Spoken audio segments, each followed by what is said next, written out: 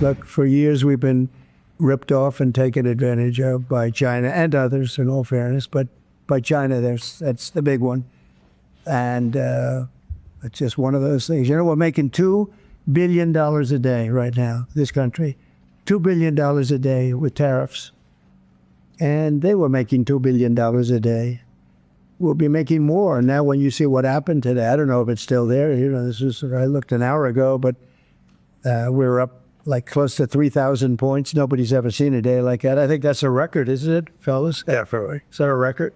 Who would have thought we were going to have a record like that after watching? But because the geniuses of the world, they get it. Our country is very strong. We were left a very, very weakened country, both economically, financially, because of all of the tariffs and all of the other companies just raiding us and ripping us off. And that's President Trump yesterday after issuing that 90-day pause on reciprocal tariffs for some countries while keeping the 10% baseline tariff in place, while also raising the tariff on China to 125% effective immediately.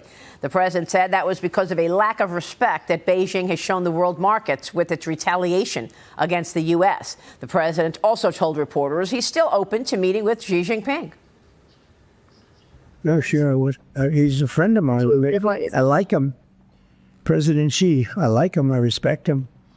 But they haven't treated our country right. Sure, I'd meet with him. On the other countries, we have Japan is here, and South Korea is here, and others are here. And we're trying to see them. It's, from what I hear, it's much more than 75. I said 75 plus. So many. It's everybody wants to make a deal, actually. And you know, we want to do what's right for our country. We also want to do what's right for the world. The world is important. I mean, you know, it's the world, right? And I think we're going to make a lot of people very happy. And I think investing in the United States of America will be the greatest investment that anybody's ever made. The president keeping allies close with this new tariff plan. Joining me now is Gatestone Institute senior fellow and the author of Plan Red, China's project to destroy America. Gordon Chang back with us. Gordon, great to see you. Your reaction to all that has taken place here. I don't know why Xi Jinping doesn't just pick up the phone and call President Trump and try to do a deal rather than back and forth with this retaliation. Yeah. Picking up the phone and calling President Trump would be the economically rational thing to do. China absolutely needs to do that. But Xi Jinping has configured the Chinese political system so that only the most hostile answers are considered to be acceptable, which means he's boxed himself in. He can't do that because if he does that, his Communist Party fellow leaders, they're going to criticize him. So right now, China's in a position where it can't do what it absolutely needs to do. And I think they're trying to pressure U.S. markets. When they saw the Politburo and Xi Jinping and his leadership team, when they saw the markets were down 2,000 points, 2 days in a row, trillions of market value lost, they tried to pile on. In fact, there was an issue yesterday in the bond market where rates were spiking. And I was questioning what's going on in the bond market today. Was it a trade gone wrong or is China selling treasuries? And I spoke with the Treasury Secretary about it. I asked Scott Bessent just that. Watch this. There's one of these deleveraging convulsions that's going on right now in the markets. And, you know, I think it's in the fixed income market. There's some very large leverage players who are experiencing losses. They're having to deleverage. I believe that there is nothing systemic about this. I think that it is an uncomfortable but normal deleveraging that's going on in the bond market. And I expect that as we see the leverage come down, the risk managers tapping people on the shoulders, telling them to bring their books down, which is what happens every couple of years as leverage builds up, then the market will calm down. Is China jumping treasuries to try to put pressure on this this market? Yeah, I think it works against their purposes if they are dumping treasuries, because if they're dumping treasuries, then they have to buy something else. If they sell dollars, then they strengthen their currency. And as I said earlier, they've actually been weakening their currency, which is a loser for everyone. Right. And again, when I hear all these stories, the dollar is no longer going to be the reserve currency. If you end up with the Chinese who are willing to use their currency as a trade tool, that doesn't seem like a very good reserve asset to me. I was really happy to get the Secretary's commentary on the dollar, and he reiterated the U.S.'s position toward a strong dollar. But what do you think? I remember during the financial crisis back in 2007, China and Russia tried to team up, pile on, sell treasuries to pressure the market. So that immediately came to me when I saw that spike in rates yesterday. Yeah, I think that's part of the answer of what the Chinese were doing, because they do want to put pressure on President Trump. Yeah. But the other thing, though, is, yes, they want their currency to weaken, but they don't want it to weaken too fast because they're worried about capital flight. So I think that they have to sell treasuries, dollar-denominated assets, to support the renminbi. But the thing that's really interesting, is that President Trump looks at this and says, I'm not afraid of you, China. Yeah. He really did. And the reason is, look, the Chinese don't have any cards in this. As the Treasury Secretary said, they're only holding a pair of twos, and Trump has a royal straight flush.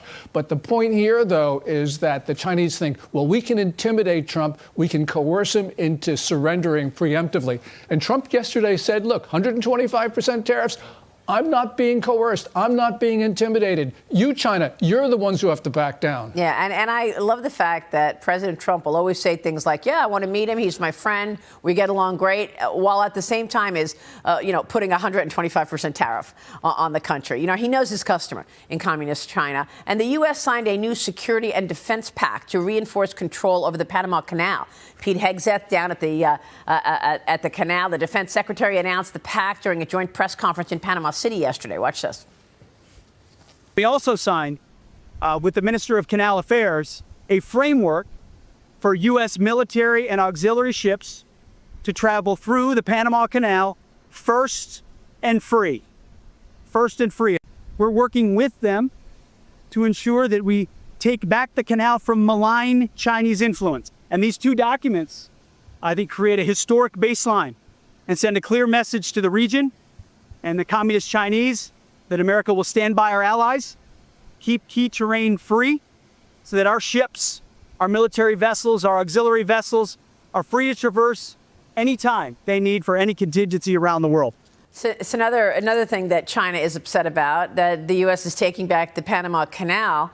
And, it seems to me that China's on its back heels right now. I mean, with all of these moves from President Trump, what do you think about the Chinese economy? What's the impact here? Well, the Chinese economy is probably around zero. And we see from the price signals, it's in a deflationary spiral down, which is really inconsistent with 5.0% growth that they reported for last year. So this is coming at a time where China's having its 2008. In 2008, they didn't want to have a recession, so they overstimulated their economy. They've accumulated all this debt. They don't know what to do with it because this debt is internal, which means if you try to resolve it, local parties are going to get hurt. They don't have the political will to do that. They got their 2008. They got Trump on tariffs. They got deglobalization. This is all hitting China at the same time, and they have no answers to this in Beijing. Yeah, and you would think that they would come back and try to, schmooze Trump, try to get in his favor. But he recognizes that they're in a weakened position, and that 125% tariff's only going to make things worse. We'll see if they blink. Yeah. And who blinks first. South Korean officials are ready to talk about tariffs going down with the U.S. The country will hold snap elections in June, June 3rd, to choose the successor to former President Yoon Suk-yeol. He was ousted last year after briefly imposing martial law in the country, sparking those protests and riots. Gordon, what do you think about this? You said democracy is at risk in this presidential election, and it could affect trade deals as well. Yeah, the leading candidate for the June 3rd election is a guy named Lee Jae-myung. And Lee Jae-myung is basically a communist, although he can't say that because he's running for president.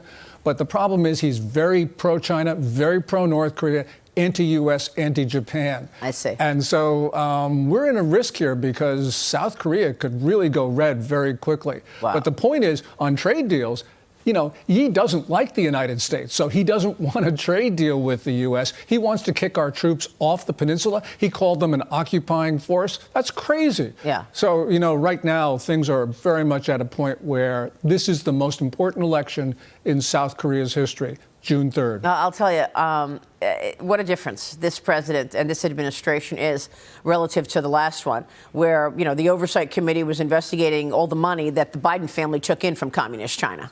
Yeah, and that certainly affected Biden's decision. Biden certainly acted like he was afraid of China. Yeah. You know, this was really bad, and it was important for President Trump to win, you know, and this is November 5, I think, is going to be looked at as a turning point in American history. This is the golden age. I wonder if this whole time it was about China, that President Trump needed to put China in a corner, and he wanted to do so in tariffs, and all of this other drama around it was never the focus. I don't know. I'm beginning to see it that way. Gordon, it's great to see you. Thanks, Thank you Maria. so much. Gordon Chang here.